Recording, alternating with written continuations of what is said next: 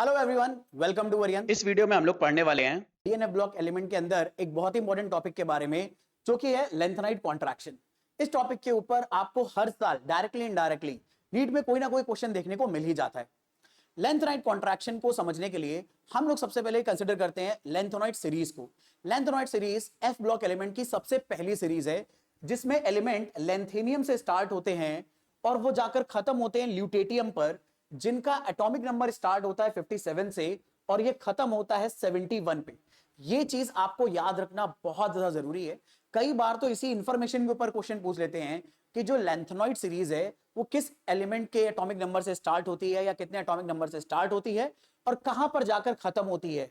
Atomic number भी पूछ सकते हैं और एलिमेंट भी पूछ सकते हैं। लेंथेनाइड कॉन्ट्रैक्शन होता क्या है, अगर इसके बारे में बात करी जाए तो दरअसल में जैसे जैसे हम लोग लेंथेनॉइड सीरीज के अंदर पीरियड में आगे बढ़ते हैं, यानी लेंथेनियम से ल्यूटेटियम की तरफ जाते हैं, तो हमें इन सारे एलिमेंट की एटॉमिक और आयनिक रेडियस में एक रेगुलर डिक्रीज देखने को मिलता है।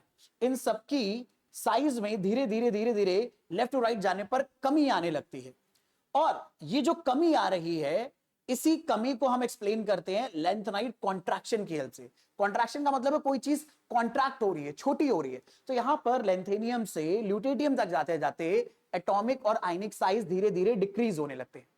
इसी फिनोमेना को हम लोग बोलते हैं लेंथेनाइड कॉन्ट्रैक्शन।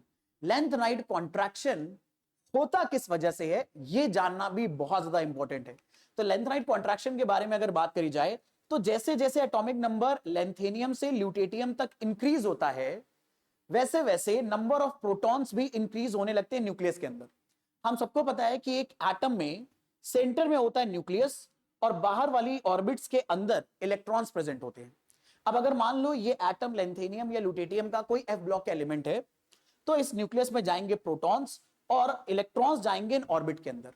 यहां पर यह इंटरेस्टिंग बात जानने वाली है कि दरअसल में जब हम लेंथेनियम से ल्यूटेटियम पर मूव करते हैं तो इलेक्ट्रॉन सबसे पहले सबसे बाहर वाली ऑर्बिट 6s के अंदर भर जाते हैं। यानी ये जो इलेक्ट्रॉन है ये 6s का इलेक्ट्रॉन है।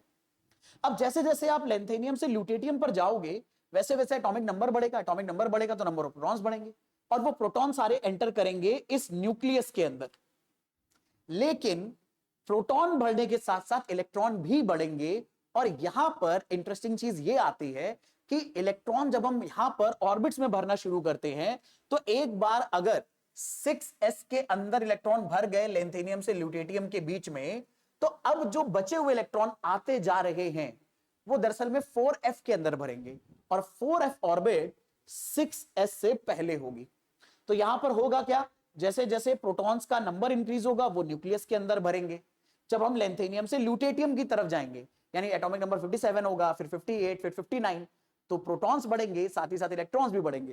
प्रोटॉन्स गए न्यूक्लियस के अंदर और इलेक्ट्रॉन्स जो जाएंगे वो दरअसल में बाहर नहीं बढ़ेंगे, वो बढ़ेंगे 4f के अंदर, जो कि एक अंदर वाली ऑर्बिट होगी। तो इलेक्ट्रॉन्स कहां ऐड होने वाले हैं, f ऑर्बिटल्स के अंदर। अब इन f ऑर्बिटल की खास बात यह होती है कि f ऑर्बिटल में जब भी कोई इलेक्ट्रॉन जाता है तो वो सबसे बाहर वाले इलेक्ट्रॉन को न्यूक्लियस के अट्रैक्शन से शील्ड नहीं कर पाता है। जैसे जैसे हम यहां पर इलेक्ट्रॉन भरेंगे, ये सारे इलेक्ट्रॉन 4f के अंदर जा रहे हैं।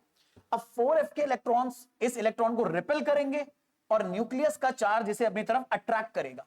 क्योंकि 4f के इलेक्ट्रॉन्स का ये रिपल्शन बहुत वीक होता है, तो इसे बोला जाता है ये पुअर शील्डिंग है।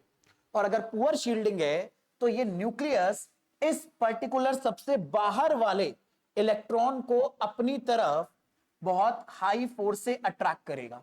और अगर सबसे बाहर वाली ऑर्बिट के ऊपर अट्रैक्शन फोर्स ज्यादा है तो ये ऑर्बिट धीरे धीरे क्लोज आ जाएगी न्यूक्लियस के, और अगर ये न्यूक्लियस के क्लोज आ गई तो साइज एटम का डिक्रीज कर जाएगा।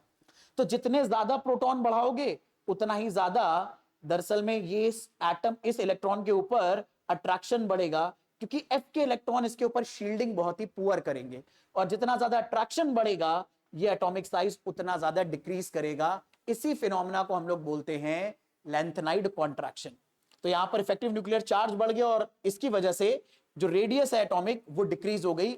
इसी फिनोमेना को हम बोलेंगे दरअसल में लेंथेनाइड कॉन्ट्रैक्शन। अब यहां पर एक इंपॉर्टेंट बात याद रखना, एटॉमिक रेडियस में जो साइज का डिक्रीज होने का ट्रेंड है वो थोड़ा सा इररेगुलर है, क्योंकि इलेक्ट्रॉनिक कॉन्फ़िगरेशन भी थोड़े से इररेगुलर होते हैं। यहां पर एफ ब्लॉक के अंदर कई सारी जगह एक्सेप्शंस भी आती हैं, लेकिन आयनिक रेडियस में ये डिक्रीज काफी रेगुलर है और मोस्टली आपसे आयनिक रेडियस के ऊपर ही क्वेश्चन पूछे जाते हैं। तो I am pretty much sure lanthanide contraction आपको अच्छे से पकड़ में आया है और ये समझ में आया लेंथेनाइट कॉन्ट्रैक्शन किसकी वजह से होता है। लेंथेनाइट कॉन्ट्रैक्शन के कई एप्लीकेशन भी हैं, और एक इंपॉर्टेंट बात, लेंथेनाइट कॉन्ट्रैक्शन सिर्फ लेंथेनाइट सीरीज तक नहीं काम करता है, वो उसके आगे जो डी ब्लॉक के मेंबर्स आएंगे उनको भी इफेक्ट करता है, और यहीं पर आ जाते हैं उसके एप्लीकेशन। दरअसल में जो हमारे पास लेंथेनाइट सीरीज के बाद में डी ब्लॉक के अंदर जो एलिमेंट्स मिलते हैं, उनके एटॉमिक साइज उनके ऊपर वाले करस्पॉन्डिंग ग्रुप के एटॉमिक साइज के लगभग लगभग बराबर होते हैं, और ये रीजन भी लेंथेनाइट कॉन्ट्रैक्शन का ही एक एप्लीकेशन है। तो I am pretty much sure ये चीज आपको बहुत अच्छे से समझ में आई होगी। मिलते हैं नेक्स्ट वीडियो में।